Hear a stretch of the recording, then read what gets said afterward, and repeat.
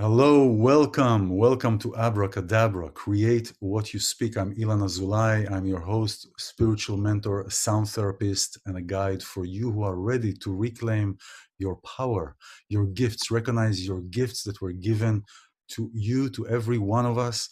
And this is really a place where we are bringing resources, bringing people with gifts to encourage each one of us to look inside, because everything is in the inside. And I want to thank you for being here. והריני מקבל על עצמי את מצוות עשה של ואהבת לרעך כמוך. I hereby accept on the due commandment, the utterance of love your neighbor, your friend, in the same way that you express love to yourself. And the focus is on yourself first. So we have to focus first on our own gifts. For us, how do we talk to ourselves to bring it forward to the world? Today, it is a wonderful opportunity. I'm so blessed to have here, to have Daniel Matt. Here is Daniel. I brought him into the picture. And Daniel is a scholar, and he's really an authoritative figure in the Kabbalistic world. You know, there's so much that I can share with you about Daniel. He published over a dozen books, including The God and the Big Bang. It was, I think, in 95? Yeah. 95, 9 volumes of the Zohar, and we will talk about, Daniel actually will talk about the Zohar, which is the masterpiece really of Kabbalah.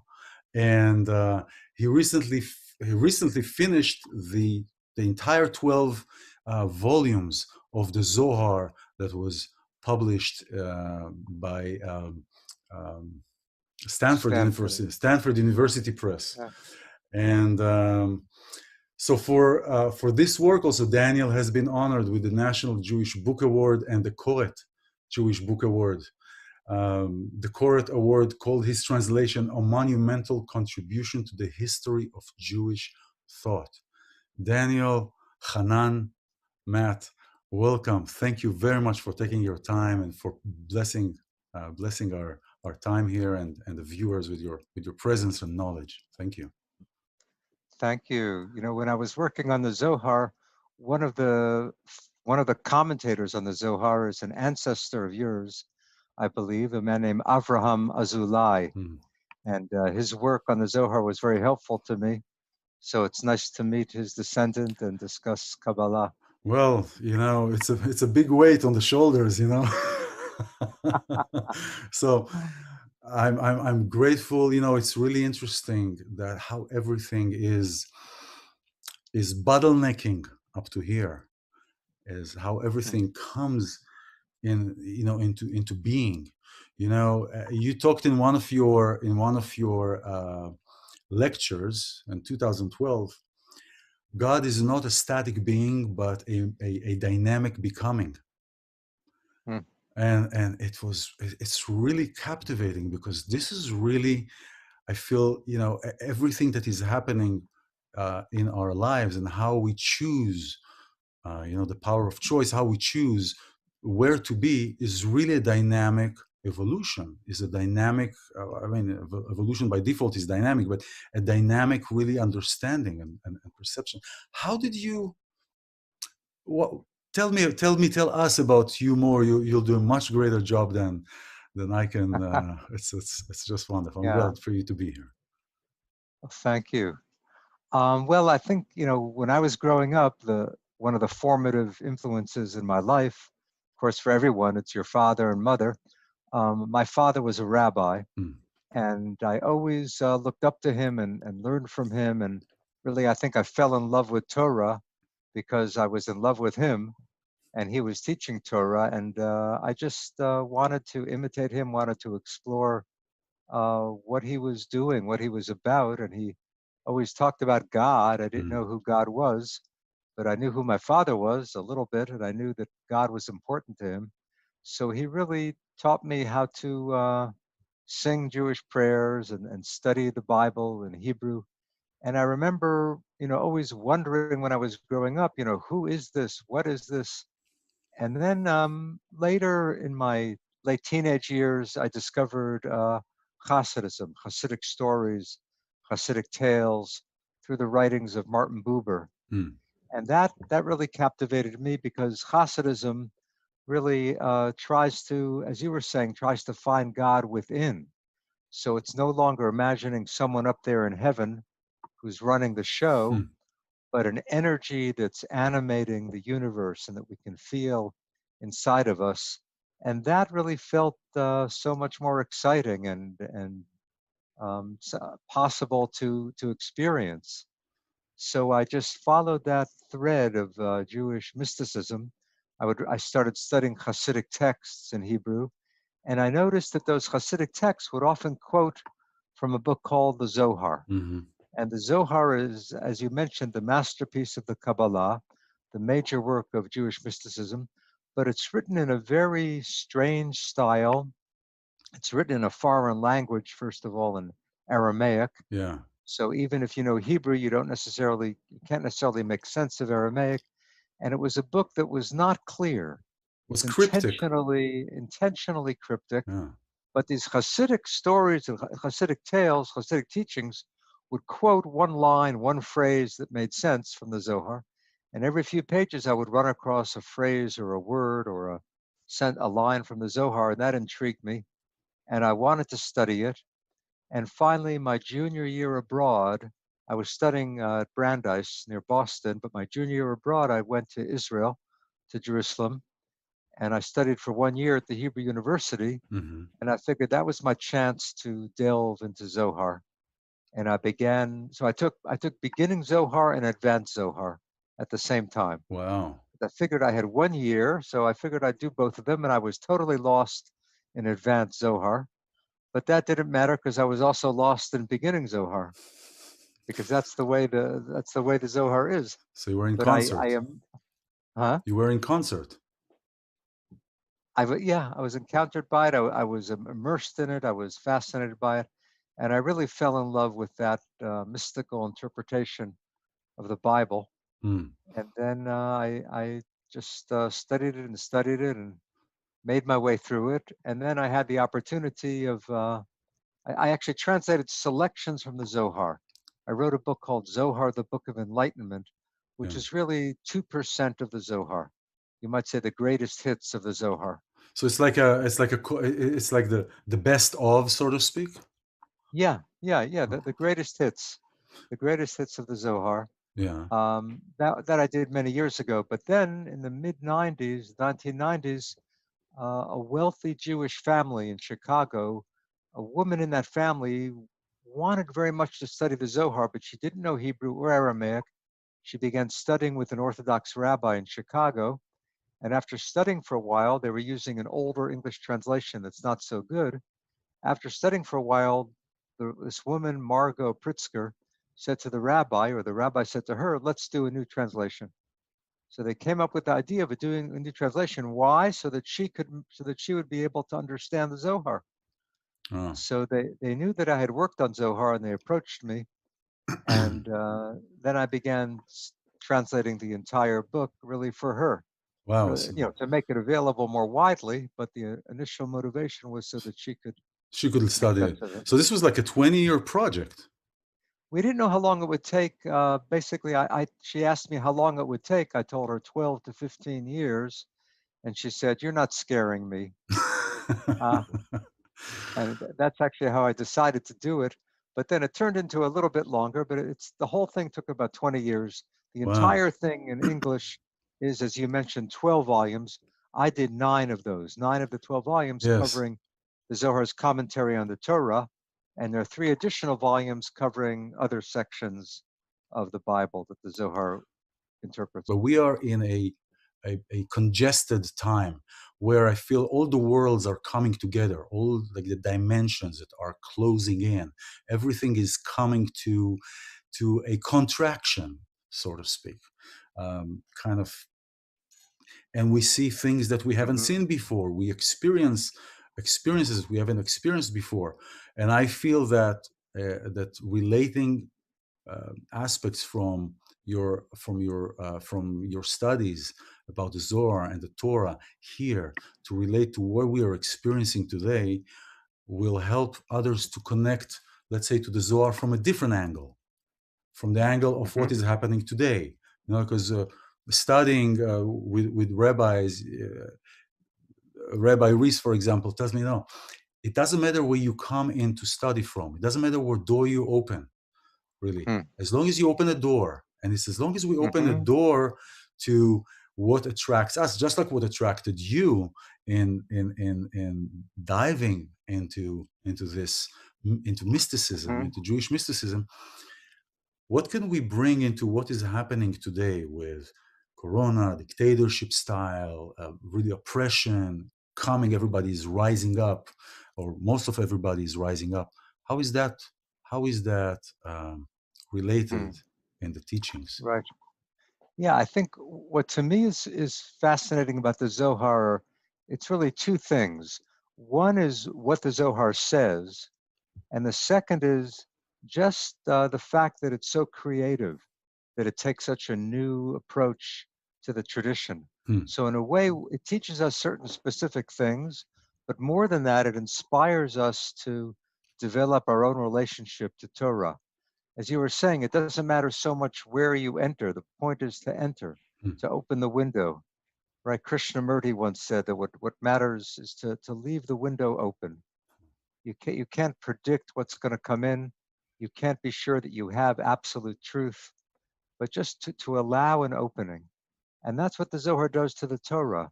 What you find again and again, almost every page, Rabbi Yehuda opened, hmm. Rabbi Shimon opened, Open, Elazar opened. yeah. And that means so many different things. It means they opened their talk, their discourse. It means they opened up the verse that they're looking at. They opened up what you're reading in the Bible and they found something new. And then, of course, it means they opened themselves. They left themselves a little bit open Hmm. so that something fresh could come in. And the Zohar does that and it stimulates us to do it. So So it's I think you're right. It's not the approach really shouldn't be to memorize everything that a certain book tells you. The approach should be, I want this to open my mind. I want this to create new possibilities. One of the most beautiful names the Zohar gives to God is in Hebrew, Sod HaEfshar, hmm, the secret of the possible. yeah. It's actually a name for God in the Kabbalah, not in the Zohar, but in other books of Kabbalah, the secret of the possible.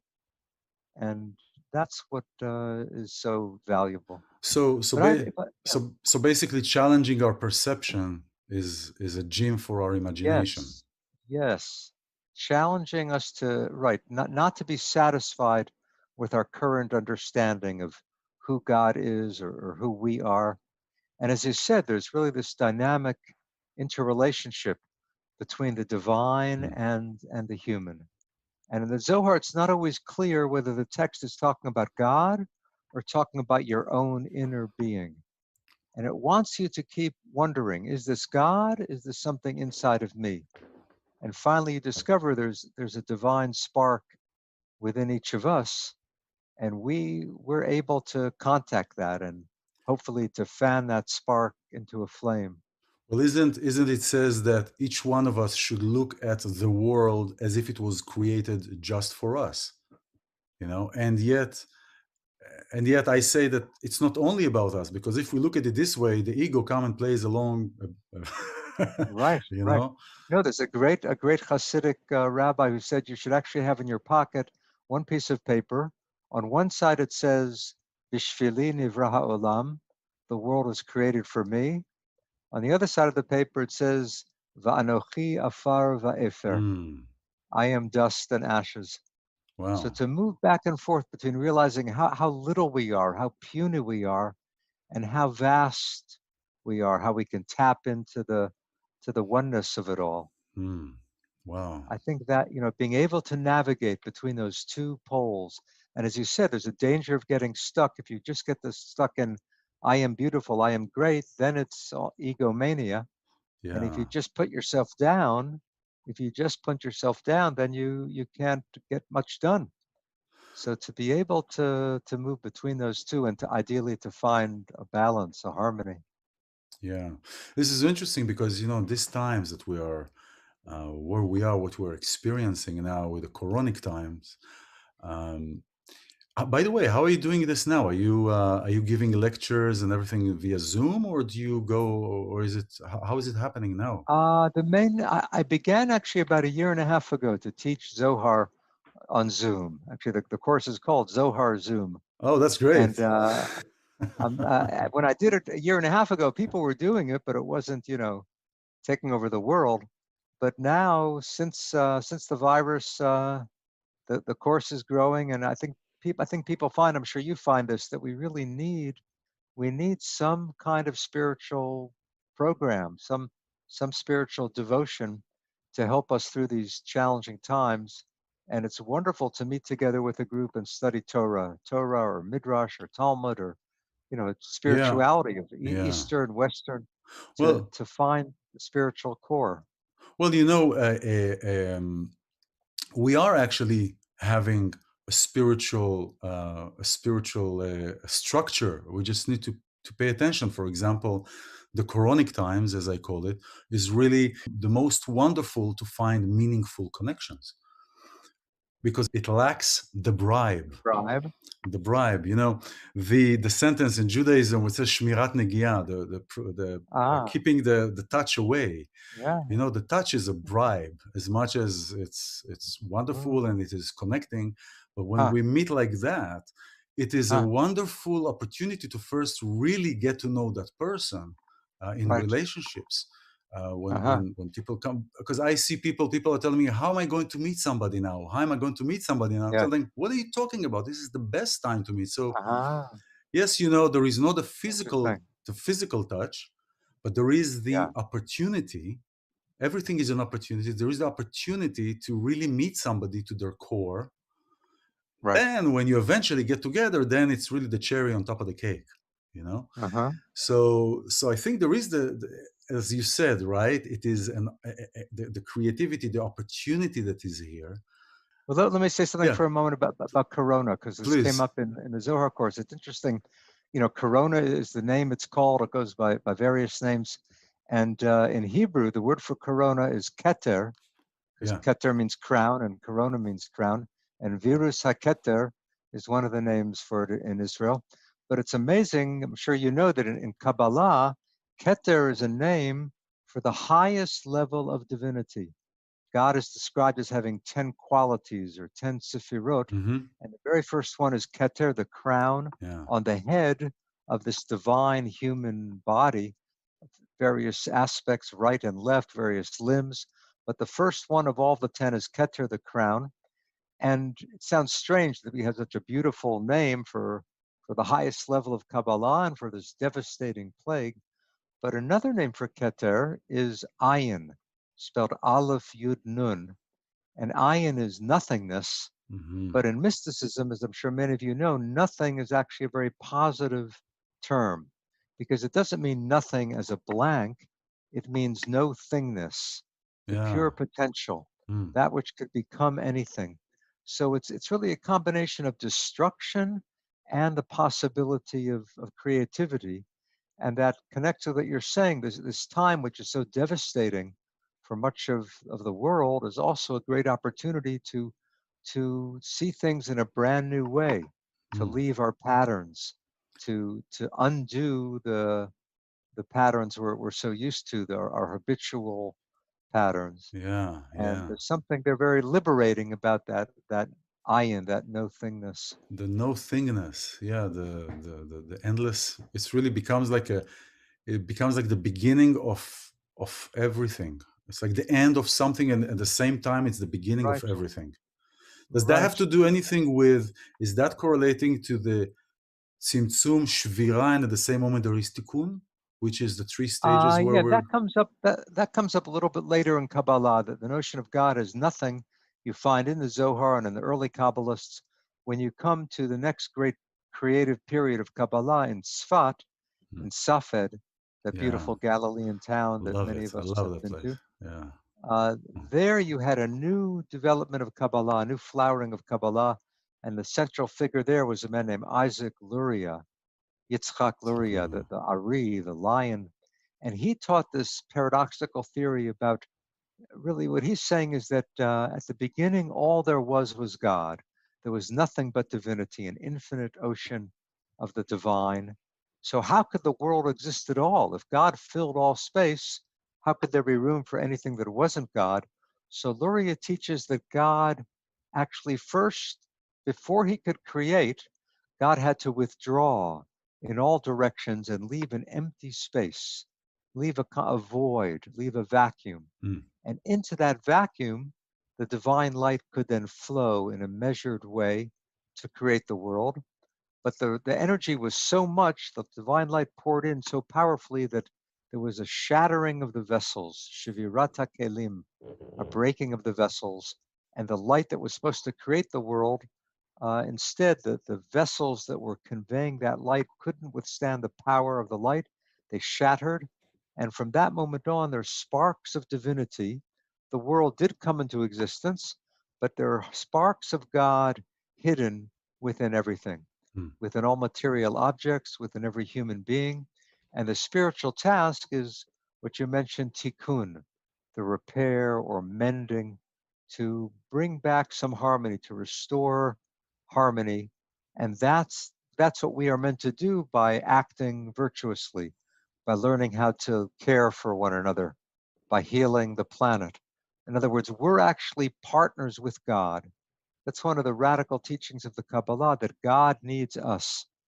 God can't do it by himself or herself. So we bring about this reintegration or this tikkun. You're talking about the creativity of the Zohar really thrives or encourages creativity, which Right, means new interpretations all the time. right. And I've studied that Judaism really is like a cumulative religion, a cumulative faith. Mm, mm, So you cannot retract from what have been said up right. until, but you can always add, right? Mm-hmm. Now, now, when we're talking about the Maaseh Merkabah that was talked in Yechezkel before, way before, to get to a certain level, you have to have the knowledge of the Torah, the observance of the mitzvot of the Torah, and live ethically. Now, in a faith or religion that is a cumulative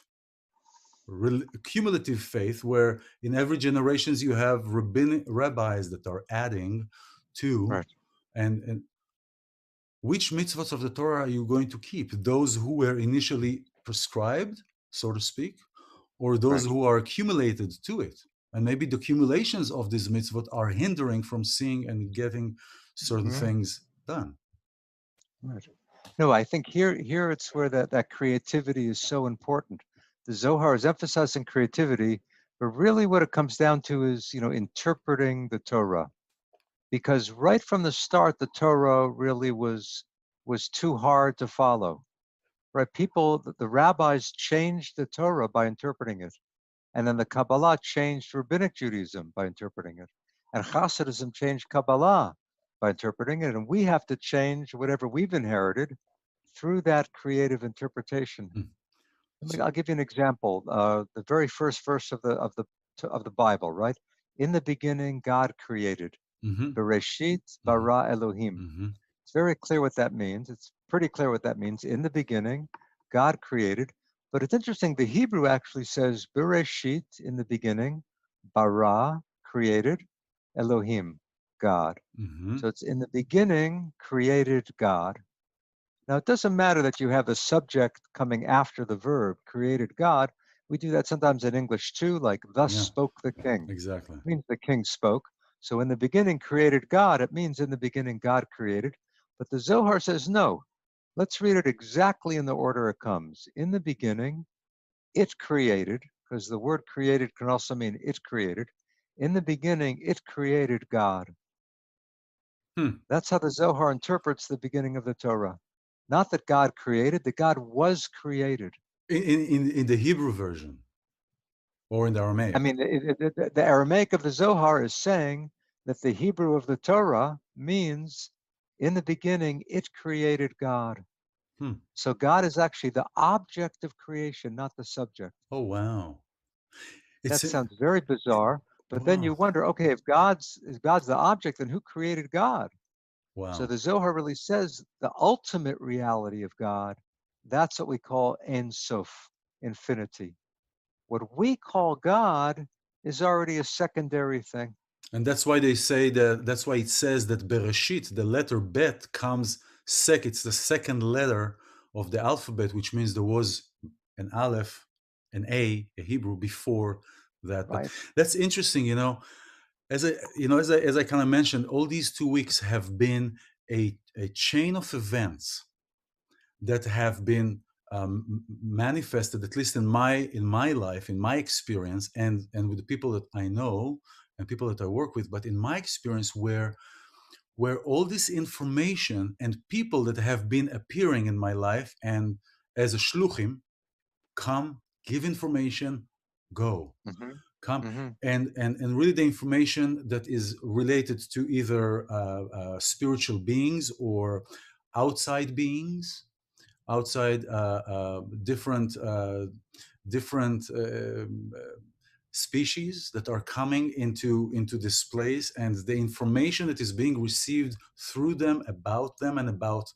creation, that is challenging, really is challenging old this old perception, this old stories, and it's like telling me, Ilan, challenge that. Don't be Mm. afraid to challenge us, because many times it's the fear about challenging that draws me back, not the challenge itself. It's just the thought about Yeah. the challenge. And it's so interesting that you're saying that now, because I always had the problem with the English language.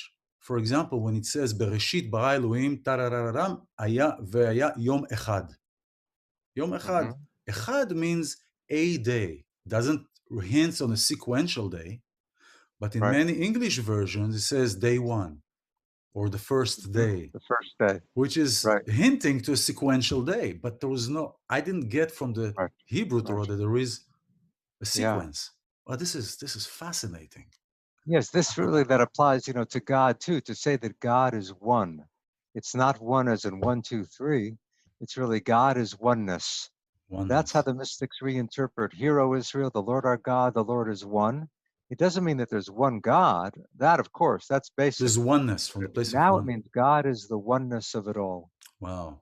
So to say every day, in other words, now that declaration of the Shema, if you actually meditate every day on God being oneness, then that becomes the basis of your religion. I think what's something you said before. Which mitzvot do you keep? Which commandments should you keep, and which should you question? It's an interesting idea in Judaism. How many commandments are there? How 613, yeah. many? If you look at the Bible and you look at them traditionally, the rabbis say there's 613 commandments. Now, that sounds like quite a lot.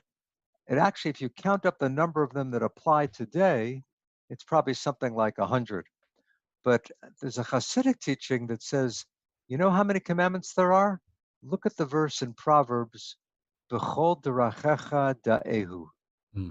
In all your Way, ways, no. know God. So there's a Hasidic teaching that says, if you actually take that verse seriously, then there's an infinite number of mitzvot. Because anything you do can become an opportunity to experience God. that divine energy, can experience God. Wow. So everything becomes a mitzvah. You don't have to follow a set list of commandments.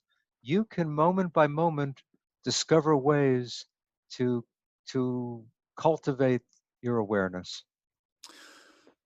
But wow, this is in some way there is a knowledge of that. In some way, it's kind of something that was known, like a noetic sense, but it is like almost a fear of approaching that kind of an Right. understanding I because of think there's a fear that if you just tell people do it on your own, people will yeah. fool themselves, people will stumble, people will convince themselves that they found the truth.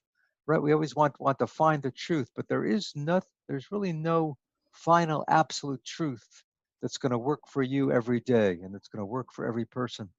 So the tradition, as you said, is cumulative. The tradition keeps adding, adding, adding. And we're at a point now where we have to look very critically and very skeptically at everything that's piled up over the millennia, but we need certain guidelines. And I think one guideline is the line that you began with tonight, the line from the Torah, perhaps the most beautiful line in the Torah: mm, love your neighbor as yourself. So if you say, I'm going to take that seriously, I'm going to take seriously loving God and loving your neighbor. Rabbi Akiva said those are the two most important mitzvot. And mm, Jesus said those are the two most important mitzvot. So you have a great Christian teacher and a great Jewish teacher agreeing you should love God and love your neighbor. And then you look at all the tradition, you say, what elements within the tradition are going to help me love God? mm, What elements within the tradition are going to help me love my neighbor? Those are going to become my toolkit. Those are going to become my mitzvot. And wow, that may change. It'll mm. change from now till next year. But I think you're right. We have to be flexible. We have to be open. We have to be eager. We have to be passionate about learning. We should delve into all of the wisdom we can. And then we should fashion for ourselves a path that will lead us to Mm. something fulfilling. Well, first of all, Jesus wasn't Christian. So it's later, Yeah, way, to way see, later, they made him one. right, this to appreciate Jesus as a Jewish teacher. It's a very difficult thing for Jews to do because of the millennia of anti-Semitism, because of the persecution, the suffering. Well, So it's natural to have an animosity yeah. toward that, but to The to overcome animosity, that, is taught, you know, and it's yeah, example of challenging a perception, challenging something that right. we were taught and we were fed with several spoons, not one spoon. It is really hard in today's world, also between a couple, to love somebody in the same way that I love myself. I mean, most of the times, many people don't really know if they love themselves, so it's kind of hard even to love somebody else. However, if we bring it down to a practical level, I can express love to somebody else by wishing for them all the best and the wonderful things that I would wish for Mm, myself. mm, So it's kind of a yeah, kind of a down to here practical day to day to right. say, okay, Yes. try, That's exactly what Moshe Cordovero says in Tomer Devorah, oh, this beautiful that's book right. of Kabbalistic Yeah. Musar, ethical, mystical literature, and he says exactly that. Loving your neighbor means wanting the best for him and feeling pain, feeling his pain. Mm. So that empathy, having empathy. And you're Wow. right, the verse itself says, it doesn't say love your neighbor, it says love your neighbor as yourself. You only know how to love your neighbor if you can love yourself. That's If right. you don't love yourself, it's very hard to love someone else. But you don't want to get carried away just with self-love, of Yeah, course. that's right. That's right. Because then we're going to the same point of the ego. In the book, Daniel wrote the book, "The God and the Big God and the Big Band," um, and the first line that you start that book with, you bring the understanding of the world that was created some 15 billion years ago. Okay, now rabbis won't agree with you there, right? So are you saying that in encompassing all the worlds, all the kelim that were broken, all the worlds that were created and broken from the inception of let's create something? We're, I mean, look, if you look at biblical chronology, right, and you add up all of the decades and the centuries and the people who lived, right, you end up with, something close to 6,000 years, yeah, right? According to the traditional Jewish calendar, we have about 220 years to go. Right now, we're at 5780, yes, and by another 220 years, we'll get to 6,000. According to the Talmud, the world exists for 6,000 years, and then it will lie destroyed for Shabbat for 1,000 years. Then maybe we'll have another cycle. So I'm not trying to match up the exact chronology of the Bible with what modern cosmology teaches, which is about 13.7 billion years. The Bible has its way of describing how things began, and science has its way of describing how things began. You can find some parallels, you can find a lot of differences, but even a cosmologist would not claim to know how the ultimate beginning happened. it's still something of a mystery to a cosmologist can go back to a fraction of a second, right? A tiny fraction of a second before, after the beginning, not to the absolute beginning. So how the universe actually began ultimately is still a mystery even to cosmology.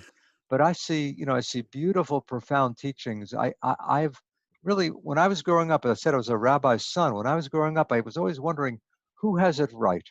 Is it the Yeah, Torah or the scientists? yeah. Because I was growing up in a modern, liberal, sophisticated home, and my parents were educated, and I was meant to appreciate science, not to challenge evolution. I understood in high school a little bit about that, but I always wondered, wait a minute, the Torah seems to be describing this, and the scientists said this.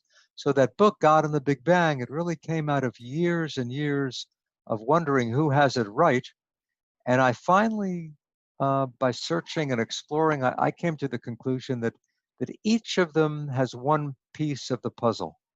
Mm, Science and religion really have something to teach each other. Nobody has the full story, but when we find where there is harmony, we should celebrate that. And where they disagree, it's okay to criticize. Right? It's interesting. How does science progress? Science progresses by proving itself wrong. that's true. Right? That's really how science makes progress. That's Now, how right. does religion progress? Religion doesn't, as you said, it's more cumulative. Religious thinkers are very hesitant to criticize what Themselves. came earlier. Yeah, it's like let's not criticize ourselves. Let's just add in case we were wrong and we are right. Let's just add everything. Right. But that's why the Kabbalah, through its radical creative interpretation, it really does turn things upside down, right? So a moment ago, we were looking at in the beginning, the infinite created what we think of as God. What we think of as God is not the ultimate God. There's something beyond it which brought us into being and even what we call God into being. But the Zohar loves to do that to the Torah. I'll give you another example. One of the first stories in the Bible, of course, is Adam and Eve in the garden. And then Adam and Eve eat from the fruit of knowledge, and they find themselves, God expels them from the garden. Right? So the Hebrew says in chapter 3 of Genesis, Vayigaresh et ha'adam. He expelled Adam. But the Zohar says something interesting. The Zohar says, who threw whom out of the garden? Huh. And the Zohar actually suggests that we threw God out of the garden. Now, you might say we're really still in the garden, but we don't realize it because we've lost touch with the spiritual We're just dimension. we're just talking about this week. I mean, I have the chills go Uh-huh. over. I was talking about heaven on earth. You know, Uh-huh. Right. it's so wow. So I'm sorry to interrupt you. Go continue. No. Yeah, but that's such a radical idea. Now, Wow. really, something we haven't spoken about yet and that the Zohar has in mind there is the Shekhinah. Shekhinah is the name for the feminine dimension of God. Hmm. That word appears earlier, not in the Bible, but in the Talmud and the Midrash. In rabbinic writings, Shekhinah means God's presence in the world. But in Kabbalah, Shekhinah is the feminine half of God. And there's actually a romance within God. There's a male and female energy within the divine, and they are in love with each other, but they can't unite unless we stimulate their romance. Anytime that we act lovingly, anytime that we act virtuously, you might say that's an aphrodisiac Mm, for the divine romance. mm. So we stimulate the Shekhinah and her divine male partner to unite if we lead ethical lives, if we lead spiritual lives. And there too, we have an example of God needing us. Yeah, yeah. But So I was going to say, Shekhinah is so important because so much of religion, right, all of Western religion, Judaism, Christianity, Islam, they're all so dominated by the male perspective, that's right. right? The patriarchal That's right. society and our own challenges now with gender and sexism. So much of that is due to the religious teaching, and all of Western religious teaching paints God as primarily masculine. The most radical thing that the Kabbalah does is to criticize that. Here, the Kabbalah is really offering a critique of traditional theology and saying you've missed half of the picture. God isn't male, God is male and female. Ultimately, God is beyond all gender. But if we're going to call God male, we have to balance that with Shekhinah, the feminine. That's one of the great contributions of the Kabbalah. That is amazing. Doesn't feminine Right. needs to exist first in order to have the breeding ground to create I masculine? mean, you might say it makes much more sense to say that God is a woman than to say that God is a man. If the world came into being, if we came into being, then God gave birth to us. So there's something more Yeah. accurate about calling God feminine or female How than do, masculine or male. how does the Zohar deals, because even the Torah is written the Hebrew language itself is a masculine language. You know, you can have 1,000 women in a room and one male in the room, and you still refer to everybody as their male, Anashim, right? yeah. So how So does the what Zohar deals with yeah. that? With that in a language? Now, in English, you can say you, and you can mean to a female and male. So maybe that's kind of a shortcut and an easy way to pass that. But how does the Yeah, language? what the Zohar does is to play with the Hebrew language. For example, you have a beautiful word in Hebrew, et, Yeah. aleph, taf. Now that's a word in Hebrew that means nothing. In other words, you really can't translate it. In Hebrew, as you know, you can't say I drink the water. You have to say I drink et the water.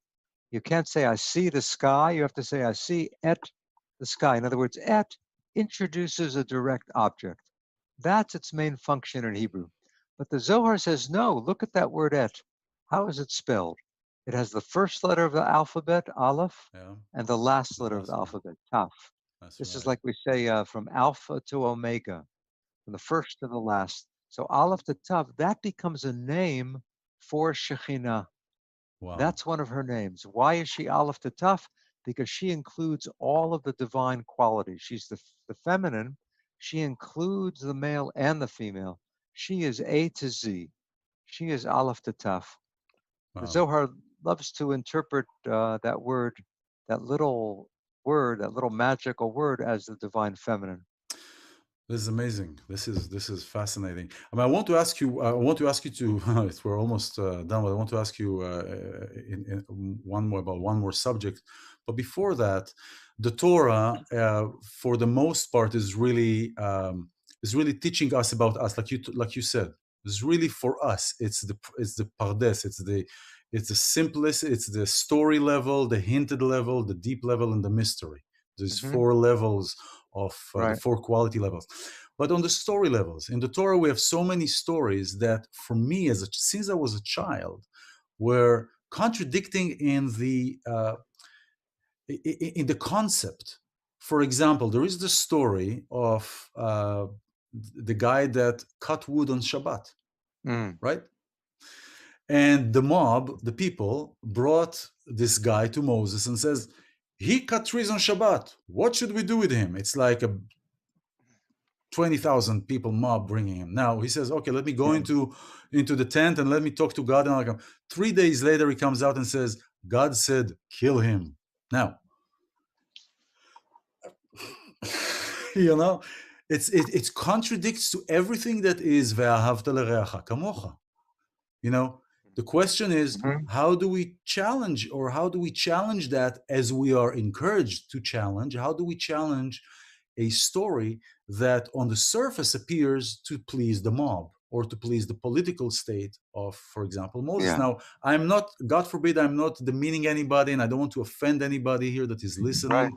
It is really for the pure, with a disconnect of the emotional connection to anything. It's just looking at something as is and asking a question to trigger something. So this is, how do Yeah. you look at that? Yeah, I think there are troubling stories in the Bible. Certainly that, or killing off nations. I'm working now, for example, on Elijah. Elijah the prophet.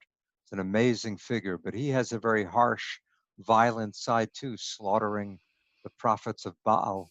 Mhm. I think And there are a Ashtoret. number of things. First, yeah, Interesting. Asherah. We just Yeah, talked about this Asherah and this week. I'm sorry. I'm sorry. I just talked about Yeah, this yeah. week. Baal and Ashtoret, and that's the next question. But sorry, go ahead. Yes, that's very important. Baal and Ashtoreth, she goes, right? She goes by various names, Ashtoret, Asherah, but the Shekhinah, I mean, we're talking about Shekhinah as the feminine. You do have a feminine in ancient Israel, right? It is that Canaanite goddess. That's right. And we know that there were Israelites who were attracted to worshiping the goddess. Some of them, in fact, wanted to combine the goddess with Yud-He Vav-He, with the God of Israel. They wanted to accept the God of Israel, but they wanted him to have a wife, a Hmm. spouse. So the prophets, of course, are criticizing the people, right? Castigating the people for going after the false gods and goddesses. So the goddess is eliminated from the Bible. The goddess is eliminated from Judaism, but eventually she comes back as Shekhinah. Hmm. Shekhinah is really the return of the goddess. So is it the In return fact, of Ashtoret? Ashtoreth and Asherah are the Asherah. same. So it's the return Uh, of the Shekhinah as the Shekhinah, comes back as the Shekhinah.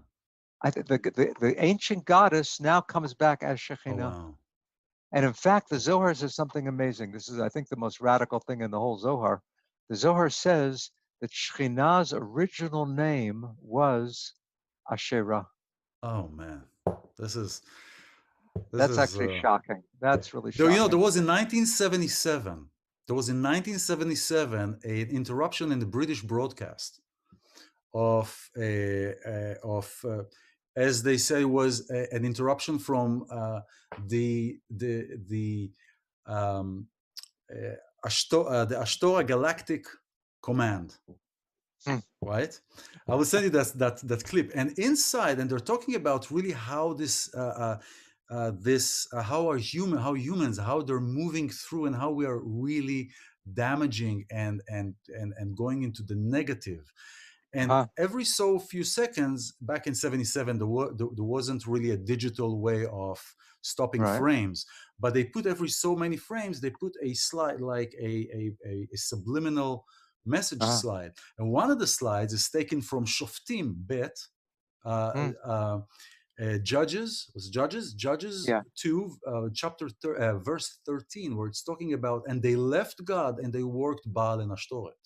Mm, And uh-huh. I just talked about it this week Yes. with another wonderful person, and it is fascinating. That's why I talked to you in the beginning, how everything is channeling, how everything is coming together, Right. all the information, everything. Now we talk about this, so Yeah. it's To then see that forbidden goddess wow, can somehow be reclaimed. wow, So there's a way to go back to the earlier layers of tradition and to penetrate them and to see, a new way to appreciate what in the past was rejected. wow, and Sholem, yeah, sorry, Gershom Sholem calls this the revenge of myth. I met him many years ago, many Yeah, years he was ago. a wonderful teacher. I met him many years ago. I'll tell you later, but I it was was I was his I was his teaching assistant one year. oh wow, He was brought to Boston University one semester to teach, and my professor was a colleague of his, and Sholem asked him to find a few TAs, and he asked me to. That was a real thrill. wow. That was in Israel when I met him many years ago. Yes, at his home. No, actually, actually, he came to my family's house. Uh-huh. To There was kind of a debate between him and another anti-missionary, Um, another and who? an anti-missionary, a person that was it Uh-huh. was a Uh-huh. really interesting encounter. But I want Interesting. to ask you a last question about the external books, what Judaism are calling the external books of Enoch, of Uh-huh. Hanoch, and really talking about the Nephilim and about Uh-huh. the extraterrestrials, and why is Judaism of today so against it, against talking about that, and yet it's still considered Judaism, but it's an external book. It's like saying we're not teaching these books, but it's in our basement, but we're not teaching these books. Mm-hmm. Mm-hmm. It's like kind of like Yeah. Well, many religious traditions have a canon, right? All religious traditions have a canon, which really means we're going to decide which books are kosher, right? What are the holy books? And in order to create that canon, you always exclude certain other literatures. Yeah. And the Christian church does that, and the rabbis did that when they were canonizing the Torah. In fact, there was an argument about some of the books that are in the Bible, whether they should be in the Bible or not. The Kohelet, the Hmm. book of Ecclesiastes, almost didn't make it into the Bible. The Song of Songs, because it's such erotic love poetry, there was a real argument, should that be in? So those made it in, and other books did not make it in. Basically, the books that did not make it in were books that were more mythological, telling mythical stories about Enoch, for example, Yeah. who went up to heaven and became an angel, or other mythological beings, like you mentioned, the Nephilim, the fallen angels. So those books are there in the background, and because they're forbidden, they're also attractive to people. Hmm. So through the ages, there were rabbis who wanted to study them. In the Talmud, you have stories about, rabbis who were studying things that seemed to be not fully accepted. In a way, the Zohar is flirting with that material and trying to present it in a more traditional kosher form. So the Zohar does draw on the Enoch literature, and the Zohar talks about some of the things that are in that those outside books. But now, as you were saying, at the beginning of our discussion, now everything is available, right? You don't even have to leave your house. You can find anything online. You can find any text, Jewish, Christian, Muslim, Buddhist, Hindu, Sufi, whatever you want and more is going to be there, whether your tradition recognizes it, approves of it or not. So there's too much, right? The Yeah. problem isn't that we can't find things. The fact that there's too much. How do we decide what to study That's next? right. How? That will be in the That'll be class in the for next lesson. time. But let me say just a word or two about my course, Please. and you can include I will going this to at some include point in the links. thing. I will include links and everything. Great. I'll send you one link, and people can really basically. I'm teaching a course on Zohar called Zohar Zoom, Yeah. and iLan will provide you with a link. But if you just Google my name, Daniel Matt, and Zohar course or Zohar class, you'll find it. It's a once a week course I do on Zoom, and people can watch it live or watch videos afterward. People usually sign up for one series, which consists of 6 weekly Zoom meetings. Mm. We meet for 6 weeks, and then we take a break for a week or two or more, and then begin another series. Now we're actually beginning series 10. I've been teaching it for about a year and a half. But with Zohar, it doesn't matter where you begin. Mm. It doesn't really matter if you begin at the beginning or in the middle. Wherever you begin, you're going to be lost, and it's something of a challenge and an adventure. Some Wow. people have done it from the beginning, series 1 through 10. Some people joined this week or last week. You can take a look at the description through the link that iLan will provide, or if you Google Daniel Matt Zohar course or Zohar class. Basically, we're moving through the Zohar series by series using my translation, the Zohar Pritzker edition. Hmm. That's the name for this 12-volume series, of which I wrote the first 9 volumes, translation and commentary. And we do a few pages a week. We do about 5 or 6 pages a week in the English. I also make the Aramaic available, and some people follow in the original Aramaic, but I'm teaching the course for people who have never studied Zohar before, even who haven't studied Jewish texts extensively before. Amazing. If you have a little bit of knowledge of the Torah, that certainly helps, but we move very slowly, and we just read and discuss and explore this masterpiece of Jewish mysticism.